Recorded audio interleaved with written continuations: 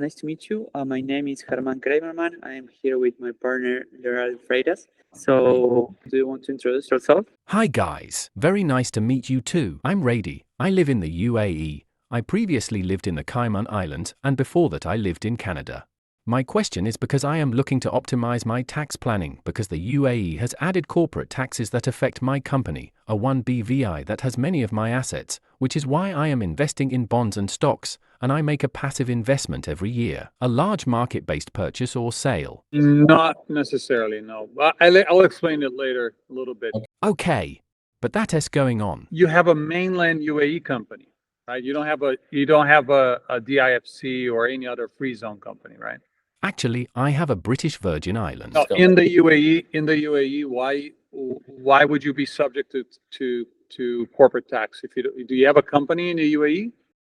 I have a company, but that's not related to my BVI company. So when I initially moved to UAE, I registered a company and through that I got a visa as a partner. But recently I changed it to Golden Visa, so right now I have a Golden Visa because I have an investment there and I have a property. So you're talking about the 9% corporate tax on your business in the UAE, or are you talking about the 9%? Do you think you're gonna get 9% corporate tax on you personally, on your income? No, I'm thinking about my BVI company. Your BVI company is not subject to tax in the UAE. So how does it work? Because there's a mind and management rule, right? The mind and management part is only on transactions that you conduct within the UAE. It's not from abroad. You are not subject to corporate tax. And on top of that, if you change the mind and management to the ownership of a let's say a DIFC company in the UAE, or even the ownership to a trust in say in the Cook Islands, then you're doing zero tax. And especially if you have to pay intellectual property rights to a trust abroad, you're paying zero tax again. So I'm confused as to why do you think you're going to be assessed 9% tax?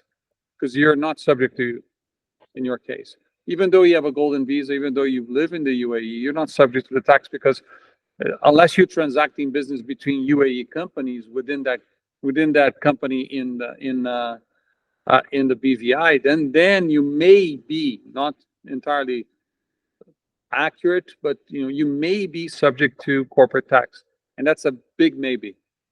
Yeah, so the reason is yes. But there's a lot of conflicting information, right?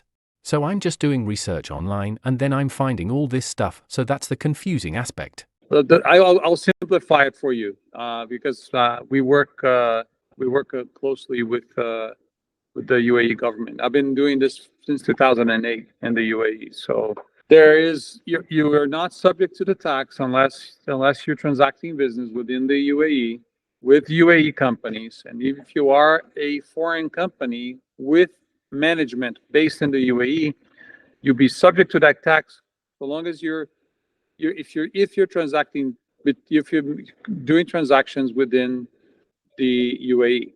So if you're trying to avoid the tax by just simply having a BVI company, then you're absolutely going to be taxed if you're doing transactions, say, from a mainland UAE company in Dubai to a mainland UAE company in Abu Dhabi, then you'll be subject to the tax.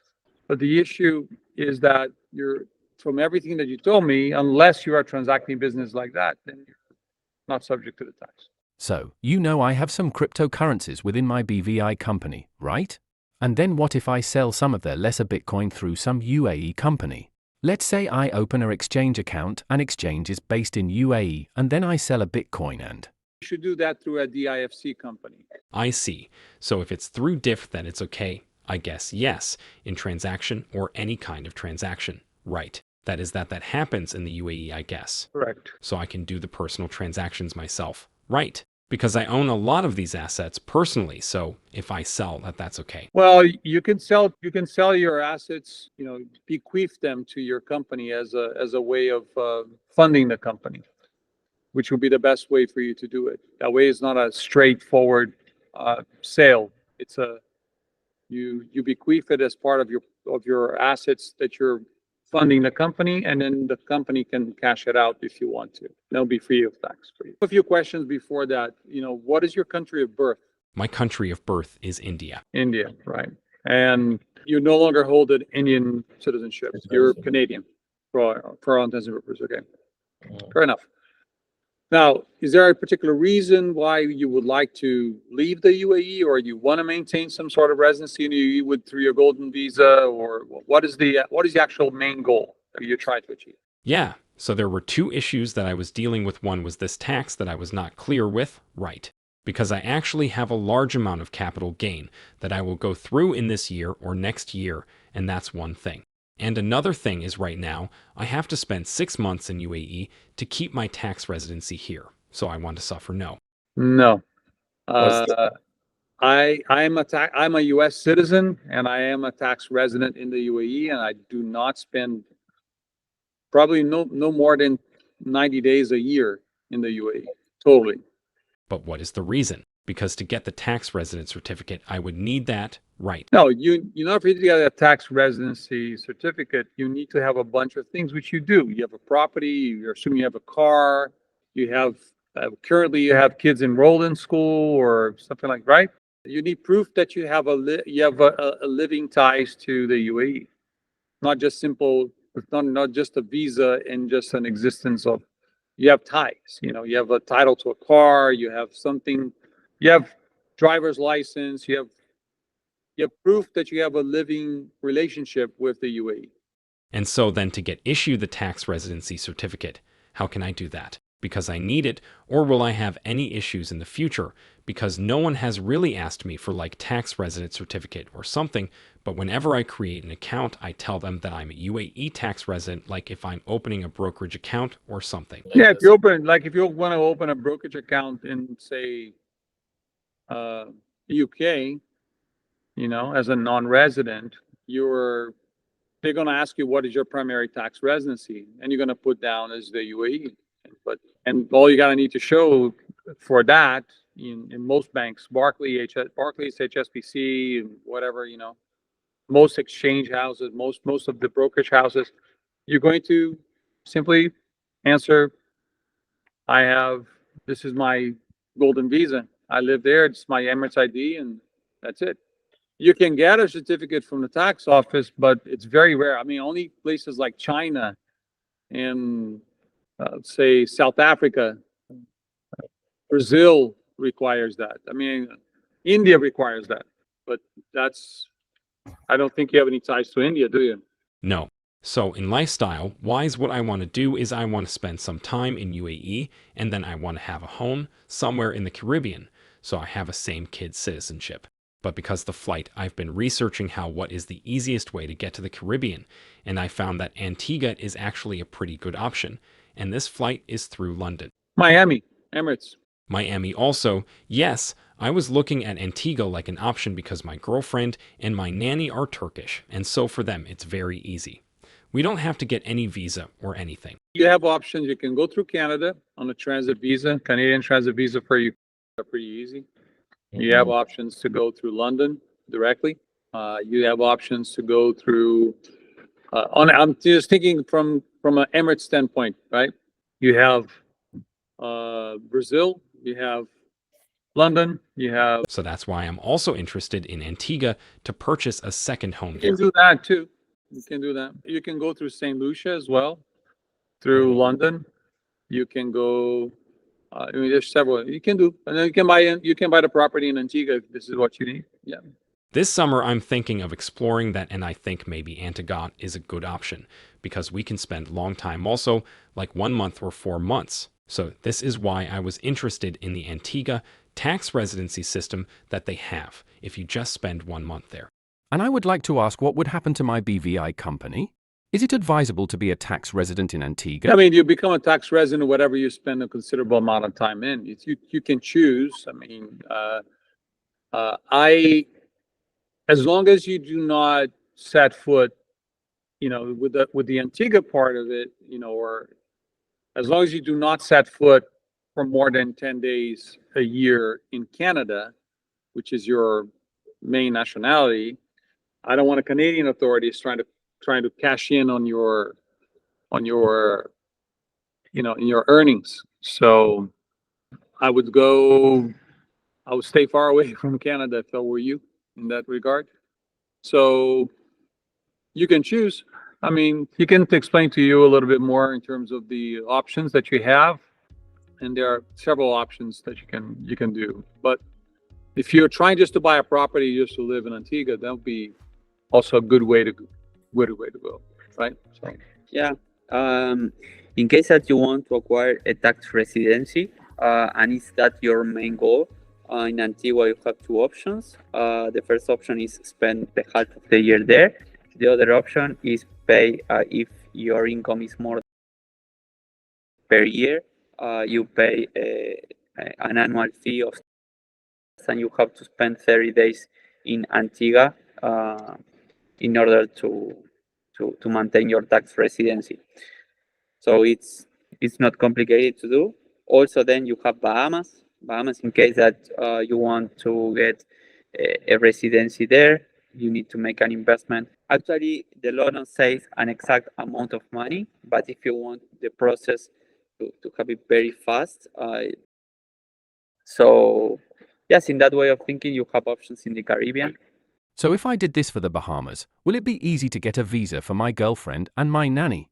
yeah, but there are Bahamian options for you and as your spouse. Uh, they are she's entitled, but the nanny would be an issue. And it's not easy for the nanny to get a visa for Bahamas. I think that we can see some island with a digital nomad visa, and Yeah. you can register the nanny in your company, issue a proof of income for her, and with that income, bring to the island. Because so you mean I'll have to hire her in Bahamas, basically. Basically, yeah. Oh, that's not too bad. So I would say, Or abroad. yeah, no, but in that case, it would be very. He would need, Difficult, yeah, yeah. he would need to establish himself. And there. pay Mhm. taxes in the salary. No, I'm thinking about a digital nomad visa and prove that you pay to her in Yeah, you in can a do that. company abroad. Yeah, you can do that But you need to, I mean, we need to find an island that have this kind of programs. with an agreement with the Bahamas. If Mhm. you're planning to spend time in the Bahamas, Yeah, your I friend. I would say, listen, the Bahamas, unless you have a considerable amount of investments in the Bahamas. Uh, as an example, right? So before he died, Sean Connery had over 40 million pounds of investments in the Bahamas. So he was a resident of the Bahamas. He didn't pay a dime in taxes. And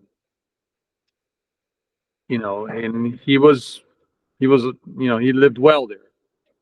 But the issue was that uh, you know, uh, he had a considerable amount of properties in the Bahamas and things like, because he had all his assets, most of his assets were based in the Bahamas or Bahamian company owned, right?